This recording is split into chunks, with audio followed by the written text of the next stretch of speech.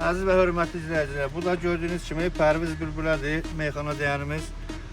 Ona da dostundan hədiyyədir bu. Buyurun, siz də bax belə sifarişlər verin, sizin üçün də bax belə nərtəftalar düzəldək. Bunlar hazırlanır, yola salınır. Bunlar hamısı sifarişdir. Başqa ölkələrə gedir.